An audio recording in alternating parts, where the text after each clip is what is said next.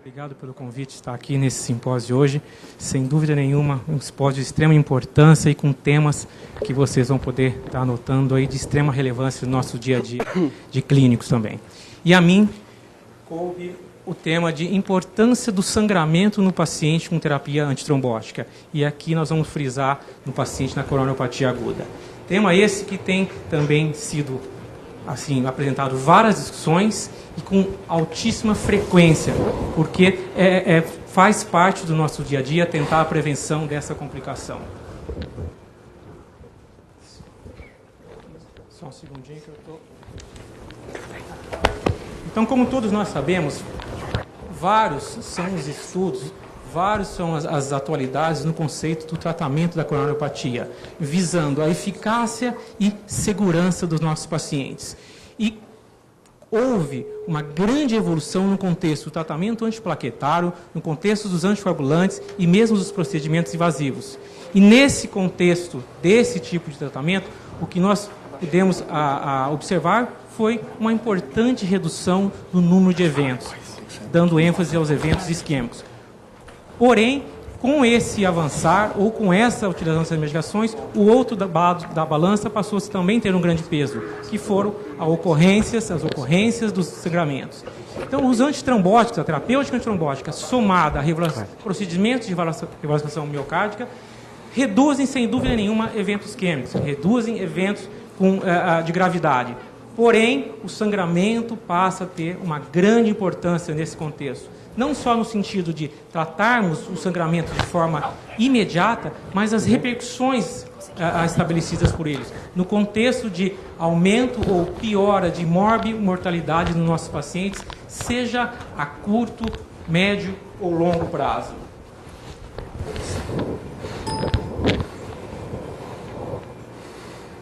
Aqui, talvez, um exemplo bem clássico da evolução da terapia antiplaquetária, quando se utilizava o placebo, na adição da aspirina, já notando uma diminuição de eventos isquêmicos, às custas, sim, de um aumento do risco de sangramento.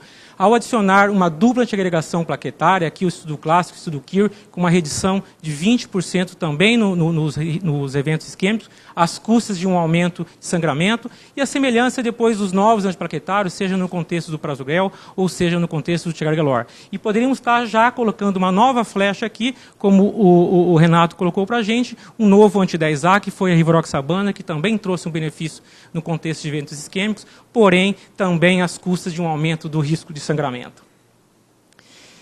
Quais seriam alguns mecanismos dessa associação de prognóstico em relação ao sangramento e prognóstico no contexto da coronariopatia aguda? A partir do momento que se desenvolve, que se aparece um sangramento, obviamente isso pode ter uma repercussão no contexto de hipotensão, no contexto de taquicardia, que certamente levará a um aumento do processo isquêmico. Podemos também ter, isso é uma dúvida nossa do dia a dia, o que fazemos com esses pacientes, a retirada de a retirada de 2 antiplaquetários, o que nós fazemos com esses pacientes. E certamente, a hora que nós impomos isso, nós aumentamos, seja recorrência isquêmica ou ocorrência de trombose existente. Sem falar também, nós vamos dar uma ênfase na transfusão, levando todo um processo inflamatório e todo esse contexto sendo direcionado para aumento de morte ou aumento de morbidade desses nossos pacientes.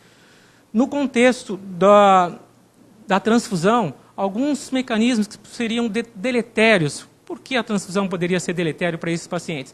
Aqui, a partir do momento que se tem um sangramento, que se indica a reposição sanguínea através da reposição, nós temos efeitos do próprio armazenamento prolongado dessas hemácias, que algumas substâncias, entre elas o óxido nítrico, esse sangue passa a ter a maior afinidade à hemoglobina, a hemoglobina passa a ter maior afinidade ao oxigênio e, com isso, menor liberação para o tecido, no caso, o miocárdio. Existem também outros efeitos independentes desse armazenamento, no qual nós podemos ter aumento da ativação plaquetária, aumento da agregabilidade plaquetária e uma somatória de processo inflamatório, mais aumento da agregabilidade plaquetária. Levando nesse contexto a um cenário de vasoconstrição, aumenta-se também a chance de trombose e isquemia do tecido miocárdio. Portanto, nós temos sempre que ter avaliações, critérios para a utilização da transfusão nos pacientes, em especial com coronariopatia aguda.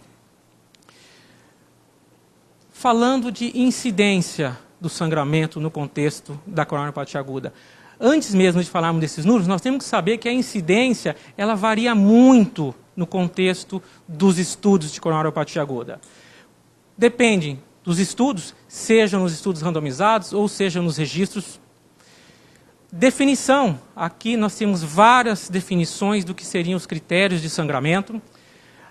Os pacientes que são incluídos nessas análises com diferentes dados demográficos, seja idade, sexo, diferentes comorbidades, diabetes, hipertensão, doença renal, doença hepática, desordens do ponto de vista hemostático, tudo isso influenciando, sem dúvida nenhuma, na incidência. E também como esses pacientes foram tratados, que as suas terapias concomitantes, seja dos anticoagulantes, seja do fibrinolítico e mesmo da realização de procedimento cirúrgico ou mesmo angioplastia. E do tempo que foi administrado determinados antitrombóticos em relação, quando consideramos os procedimentos e cirurgia.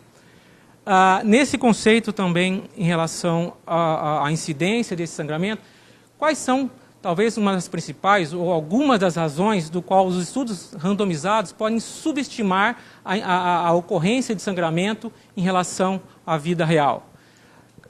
Aqui. A população estudo. Normalmente, os estudos clínicos, os trials, são populações mais selecionadas e talvez um viés de seleção com população de mais baixo risco de sangramento. O tempo de tratamento. Como nós sabemos, pode existir alguma demora no paciente que, por exemplo, na coronariopatia aguda, que chega ao pronto-socorro e ele é randomizado para um determinado estudo, nós temos tempo de randomização. E ele passa a ser contado esse sangramento após o momento que ele foi recrutado, após o momento que ele foi recrutado ao estudo e passa a usar determinada medicação. As intervenções, isso também é um dado bastante importante. Por quê? Nós sabemos que os pacientes que estão incluídos nos grandes trials, habitualmente, eles têm um protocolo mais rígido. Se a gente pega para analisar, a gente vê que as diretrizes são seguidas mais próximas nesses pacientes que vão a estudo hemodinâmico e nem sempre na prática diária de todos nós. E, obviamente, o que eu acabei de comentar também, as definições são diferentes e sangramentos importantes podem não ser capturados, podem ser não detectados no nosso dia a dia, o que é sempre bem mais assim, pego, sempre mais visto nos pacientes que estão nos estudos randomizados. Diante disso, a incidência aqui, essa é uma publicação de 2007, uma revisão, são vários os estudos aqui, alguns versus placebo, são terapêuticas todas eles antitrombóticas, alguns versus placebo, alguns versus outras substâncias, e que nos perfaz mais ou menos uma incidência ao redor de 1 até 9%, mostrando que essa variação é bastante grande.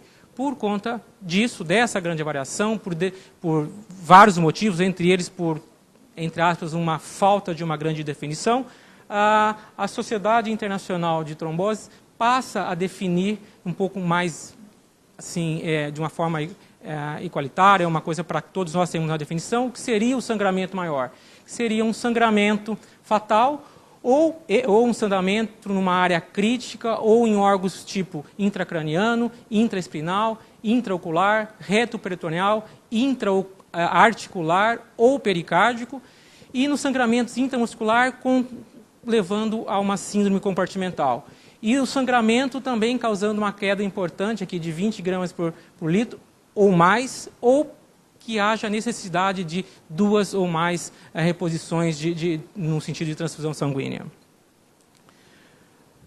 Vamos, talvez, assim, acho que de uma forma prática, a coisa mais importante, mas o que esses sangramentos podem trazer no nosso dia a dia? O que pode levar para os nossos pacientes?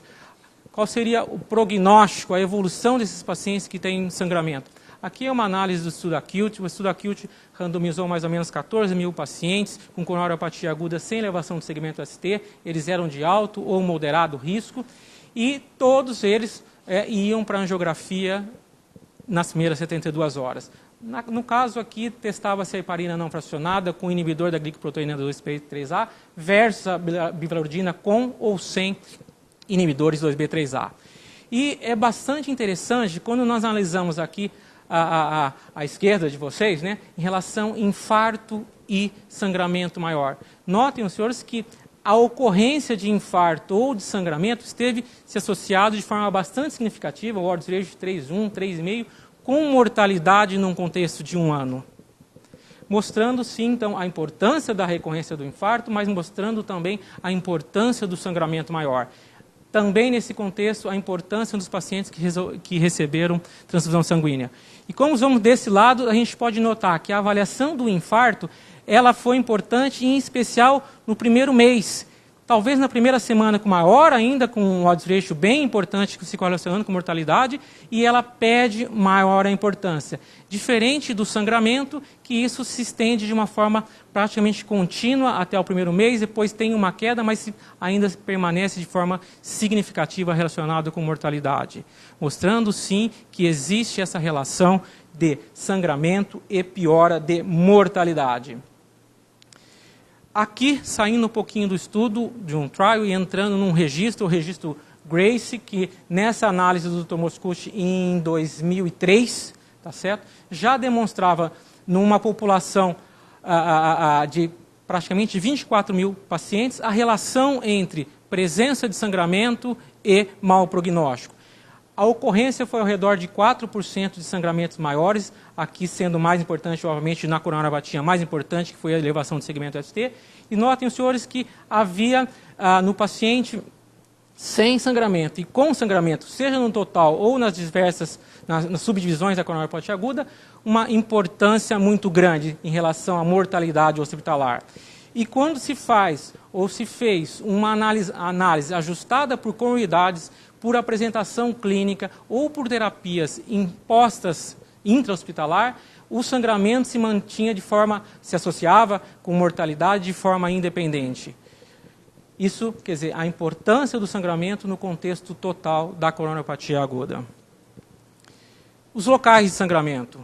Passamos a tentar agora determinar quais seriam os locais de maior ou menor importância. Também do registro Grace, foi 31% gastrointestinal, 24% de acesso vascular, retroperitoneal 6% e urinário ao redor de 5%. Porém, nos pacientes que iam ou que foram submetidos à intervenção coronária percutânea, o local mais comum passava a ser o local do acesso vascular. E nós vamos tentar ver qual a importância desses locais, o que significa isso em termos de prognósticos. Analisando especificamente agora o sangramento gastrointestinal nos pacientes com coronariopatia aguda. Mais uma vez, eu vou utilizar uma análise do estudo Acute, que teve uma porcentagem de 1,3% de ocorrência de sangramento gastrointestinal nos primeiros 30 dias.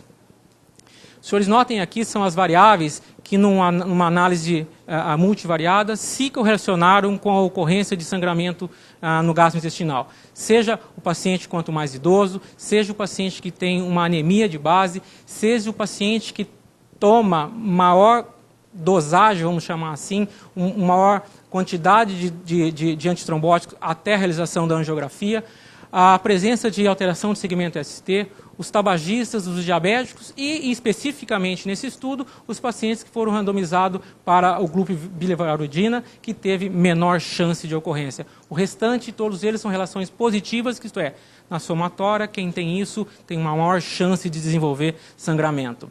E quando se analisa a presença ou a ausência do sangramento gastrointestinal, os senhores veem numa análise de 30 dias. Isso uma análise não ajustada. Ele é altamente positivo, altamente significativo, ocorrendo muito maior mortalidade no paciente que apresentou sangramento gastrointestinal, seja a mortalidade total, seja a mortalidade de causa cardíaca, seja eventos aqui comparado com infarto miocárdio, ou mesmo um composto, um endpoint composto no contexto de eventos isquêmicos. E quando se vai para 1 ano, os mesmos endpoints analisados também mostram a ocorrência de pior mortalidade nos pacientes que desenvolveram sangramento gastrointestinal. E quando se é feito, nesse mesmo estudo, uma análise multivariada, a gente encontra basicamente esses mesmos resultados, demonstrando que o sangramento gastrointestinal também se correlaciona de forma positiva com a ocorrência de maior morte. E dado interessante também, talvez um dado mais prático, é que na análise desse estudo, seja na alta, seja em 30 dias, ou seja em um ano, existe uma diminuição significativa da aspirina isoladamente, do tienopiridídico isoladamente e da associação dos dois, em relação a quem tem versus quem não tem. Isto é, o paciente que tem sangramento gastrointestinal toma menos antitrombótico, seja na alta, seja em 30 dias, ou seja em um mês. E tem um número que 20% dos pacientes que tiveram sangramento, eles saíram na alta sem nenhum dos antiagregantes plaquetários. E em relação ao sangramento, uma hemorragia intracraniana. Aqui é uma meta-análise do estudo Appraise, estudo Plato, o Trace e o Trilogy, todos eles na coronariopatia aguda, porém foram extraídos somente os pacientes que tinham infarto ou uma coronariopatia sem elevação do segmento ST, compondo aí quase 40 mil pacientes. Os senhores notem que a incidência da hemorragia intracraniana variou de 0,2, seja aqui na utilização do apixaban, até 0,5, um fármaco novo, o Vorapaxar, e aqui no Trilogy tem um comentário, porque nós havíamos aprendido anteriormente com o estudo Triton, no qual os pacientes que receberiam prasugrel teriam contraindicação se caso tivessem ataque isquêmico ou AVC prévio. Perfazendo uma chance ou uma ocorrência de hemorragia intracraniana na ordem de 0,4%. Puxa, talvez, certamente, o sangramento de menor importância no ponto de vista de incidência. Porém, certamente também um sangramento de maior importância no contexto de mortalidade. 57% no estudo Appraise, 37% no estudo Plato, 33% no Tracer, 25% no Trilogy e perfazendo um terço de mortalidade nos pacientes que desenvolvem a hemorragia intracraniana no contexto da coronariopatia aguda. E numa análise de modelo variado, quais foram as variáveis que se correlacionaram com maior índice de hemorragia intracraniana. Também, mais uma vez aqui, o paciente, quanto mais idoso, o paciente, quanto maior é o número de antitrombóticos que ele passa a receber, a presença, como já sabíamos também, em relação a ataque isquêmico transitório ou AVC prévio, e o contexto pressórico. Todos eles, de forma significativa, em especial a pressão, em especial o número de antitrombóticos. Quanto mais você tem isso, maior é o risco ainda em relação à ocorrência de um acidente vascular cerebral hemorrágico. No contexto dos pacientes que são submetidos à angioplastia, isto é, vamos analisar um pouco o local de acesso desses pacientes. Aqui, saindo o Replace, que contempla vários pacientes na coronariopatia estável, passando para o Acute, coronariopatia instável, sem alteração do segmento ST, e o Horizon, englobando os pacientes com coronariopatia aguda com elevação do segmento ST. Certo? 17 mil pacientes, análise do sangramento major or minor, com 5,4%, no qual 2,1% foi no local de acesso do procedimento e 3,3% em outros locais. E os senhores veem que aqui nessa análise não ajustada, mas já adianto que também quando se promove uma análise ajustada para o tipo de procedimento e com dados demográficos, existe sim uma mortalidade bem diferente em relação àquele que desenvolve ou não sangramento. E o importante, talvez, uma coisa, no contexto da angioplastia, é que os pacientes que têm o sangramento somente no local onde foi feito o acesso, existe também, quando se compara em relação ao não sangramento, um aumento importante, aí um odds ratio de 2,33, porém, de menor importância quando se analisa os outros locais de sangramento. E não uma crítica, mas um momento dessa análise, eram feitos os pacientes, na grande maioria, mais de 90%, usavam-se acesso femoral e não radial, como nós vamos comentar, e isso talvez possa ter uma influência nesse contexto. A gravidade do sangramento na coronariopatia aguda. Aqui eu confesso a vocês que foi uma grande surpresa esse achado. Nós tínhamos conversado em um congresso recente e eu já tinha visto esse tipo de análise em pacientes não no contexto de coronariopatia aguda. Porém, aqui, no contexto da coronariopatia aguda, também é uma meta-análise desses 3 importantes estudos, somando 26 mil pacientes, total de 27% de sangramento nessa população. Destaque aqui para 1,2 sangramentos mais graves e de 16% nos sangramentos leves. E como se esperava, a importância do sangramento severo, a importância do sangramento moderado no contexto de mortalidade de forma significativa. Porém, aqui foi para a gente uma grande surpresa, né, na hora que fomos ler essa publicação mais recente, eu fui ler recentemente, o sangramento leve já levando um odds ratio de 1,6 para uma mortalidade de 30 dias e de 1,4 no segmento de 6 meses, mostrando que provavelmente aquele sangramento que nós não damos tanta bola no nosso dia a dia, nos pacientes que desenvolvem pequenos hematomas, eles também têm repercussão no contexto de mortalidade. Tamanho tempo, que acho que a hora que a gente está de frente a um sangramento maior, nós temos toda a atenção, mas talvez não estejamos dando a devida atenção também nos sangramentos de menor importância. E como entrarmos agora no contexto mais ou menos de como se fosse uma prevenção? O que nós podemos fazer para tentarmos evitarmos o sangramento na coronariopatia aguda? Talvez o primeiro grande ponto seja a realização dos scores. Aqui, o score de Crusade para a determinação de sangramento, o score de sangramento, no qual esse é um banco de dados americano com praticamente 70 mil pacientes quando foi feita essa análise, no qual foi encontrado variáveis hematócrito, clírice de creatinina, frequência cardíaca, o sexo masculino, no caso o sexo feminino, sinais de insuficiência cardíaca, sim ou não, doença vascular periférica, presença de diabetes e a pressão arterial. E se fez um score, porque essas eram variáveis de prognóstico, no qual se tem, através desse cálculo, um paciente desde muito baixo até de muito alto risco.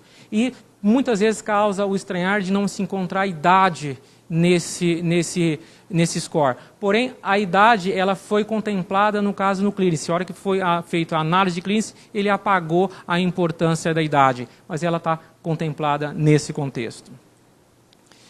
E diferente de saindo de uma população não selecionada, mas saindo de uma população mais selecionada também do estudo Acute, somado ao estudo Orson, é a publicação da doutora Roxanne, que nós, na unidade coronária, desde o momento que vimos essa publicação, nós passamos a seguir esse tipo de score, é o score de risco proposto pelo grupo, pela doutora Roxanne, no qual as variáveis independentes de sangramento em 30 dias eram sexo, idade, creatinina, número de leucócitos, presença ou não de anemia, apresentação da coronariopatia aguda com ou sem ST e angina instável e as medicações, mas aqui esse item para nós no Brasil, ele praticamente é desconsiderado porque nós não dispomos da bivalirudina no Brasil. E também se caracteriza em risco baixo, moderado, alto ou muito alto em relação aos 30 dias, em relação à ocorrência de sangramento. E nós pegamos esse dado da doutora Roxanne e impomos na nossa população. Eu quis trazer um número nosso aqui do Brasil, são dados lá do nosso banco de dados de INCOR, no qual nós fomos analisar o score de sangramento em relação à mortalidade hospitalar. E o que nós encontramos numa população brasileira, numa população do INCOR, foi que, seja no contexto de sem elevação de segmento ST, seja no contexto de com elevação de segmento ST, e mesmo a população global, a média ou a mediana do risco de sangramento se relacionou entre os pacientes que morreram ou que permaneceram vivos no contexto intra-hospitalar. E interessante, também um achado nesse estudo, foi que quando foi analisado especificamente a população sem alteração do segmento ST, ele foi mais importante predizer mortalidade do que o score do time RISC para eventos. Já isso não aconteceu quando foi feita a análise do infarto com supra. Mas nos mostrando, sim, a importância de, no início da terapia, o que nós vamos fazer com nossos pacientes, nós precisamos conhecê-los do ponto de vista de risco isquêmico e do ponto de vista de risco hemorrágico. Aqui, talvez assim, um outro dado muito importante é a publicação do estudo Matrix, que testou mais uma vez, já havia recentemente, ou 2, 3 anos antes dessa publicação, já tinha uma meta-análise de acesso radial, mas o estudo Matrix veio a confirmar ou testar, na verdade, o radial versus femoral nos pacientes com coronariopatia aguda, no qual metade e metade tinham elevação ou não no segmento ST. Seja através dos endpoints primários de mortalidade, infarto ou AVC, seja no contexto de um endpoint um pouco mais amplo, incluindo o sangramento, ou seja, talvez no endpoint mais importante, que foi a redução de mortalidade a favor da utilização do acesso radial. E aqui, para frisar, quando se faz análise especificamente de gravidade de sangramento, levando aqui a classificação de Bark, 3 ou 5, as curvas se separam rapidamente a favor do procedimento com acesso radial. Então, agora, esse é o meu último slide, o que nós estamos fazendo ou que devemos fazer de uma ordem prática para diminuirmos ou para tentarmos evitar o sangramento no contexto de coronariopatia aguda? Como foi dito, estratificação de risco, não só a isquêmica, e sim a estratificação de risco hemorrágica. Ajuste das doses de antitrombótico, assim como a doutora Ludmila nos colocou em relação ao paciente com câncer, nós também temos a dificuldade aqui dos nossos pacientes com coronariopatia aguda. Nós devemos procurar as menores doses eficazes para tratar os nossos pacientes. Nós temos que lembrar da correção no paciente renal, nós temos que lembrar da correção no paciente mais idoso, para assim evitarmos a ocorrência de sangramento. Em relação ao acesso radial, como já foi dito, seja uma meta-análise, seja o estudo Matrix e seja também um estudo recém-publicado que não me vem à cabeça, também, se não me engano, Dragon, agora no TCT, mostrando também redução de sangramento de forma importante nos pacientes em uso de radial. Lembrar de usar o menor introdutor possível e a remoção o mais precoce possível. Em relação ao uso dos stents convencionais, eu acho que nós já falamos muito lá atrás em relação, olha, o paciente de alto risco deve fazer uso do stent convencional. Eu acho que isso hoje começa a mudar o conceito, ou o início dessa mudança. Porque na coronariopatia aguda, seja a dupla antiagregação, não depende tanto do stent, e sim, nós estamos sabendo que nós vamos mudar por um ano. E agora, com o aparecer dos novos stents, as novas gerações que os hemodialistas nos ensinam, também isso vem mudando. E para quem teve a oportunidade de ler, isso tem 10 dias no máximo, saiu no New England, uma randomização de farmacológico, chama Leaders Free, o estudo, que usou o stent convencional por um mês, o stent convencional usando dupla antiagregação por um mês, versus um stent farmacológico usando antiagressão dupla por um mês também, esse stent farmacológico chamado de polymer free, quer dizer, mostrando resultados favoráveis à utilização do stent farmacológico, no contexto de segurança e no contexto de eficácia. Então, nós temos aqui, isso aqui talvez seja um assunto já mais interrogado nesse momento. O uso rotineiro dos PPIs, eu coloquei aqui exclamação, interrogação, porque nós temos sempre a vontade, nós sabemos que o uso do PPI diminui o índice de sangramento dos pacientes que fazem uso de aspirina, porém existe também uma boa discussão em relação à interação medicamentosa, em especial do clopidogrel com o omeprazol, mas existe sim a indicação da utilização nos subgrupos de mais alto risco, isto é, os pacientes com dupla antiagregação plaquetária, em especial os mais idosos, em especial os pacientes que já tiveram sangramento prévio, em especial os pacientes que usam medicações tipo anti-inflamatório, e em especial os pacientes também que usam anticoagulação oral tipo varfarina ou novos anticoagulantes. E na utilização desse contexto, sempre preconizar o INR na faixa mais baixa, o mais próximo de 2. Tá? E outras lembranças, a última, em relação ao crossover, que a gente tenta evitar ao máximo o crossover dos antitrombóticos, isto é, não passar de heparina de baixo peso para heparina fracionada, quer dizer, escolham e sigam a mesma linha. Muito cuidado nos devices invasivos, sempre de muita importância, porque esses devices com outros problemas, mas também utilizam normalmente introdutores de maior calibre. A utilização cada vez mais restrita dos inibidores da glicoproteína 2B3A, e pontes feitas ou não com baixo peso, isso também já tem hoje indicações bastante estritas.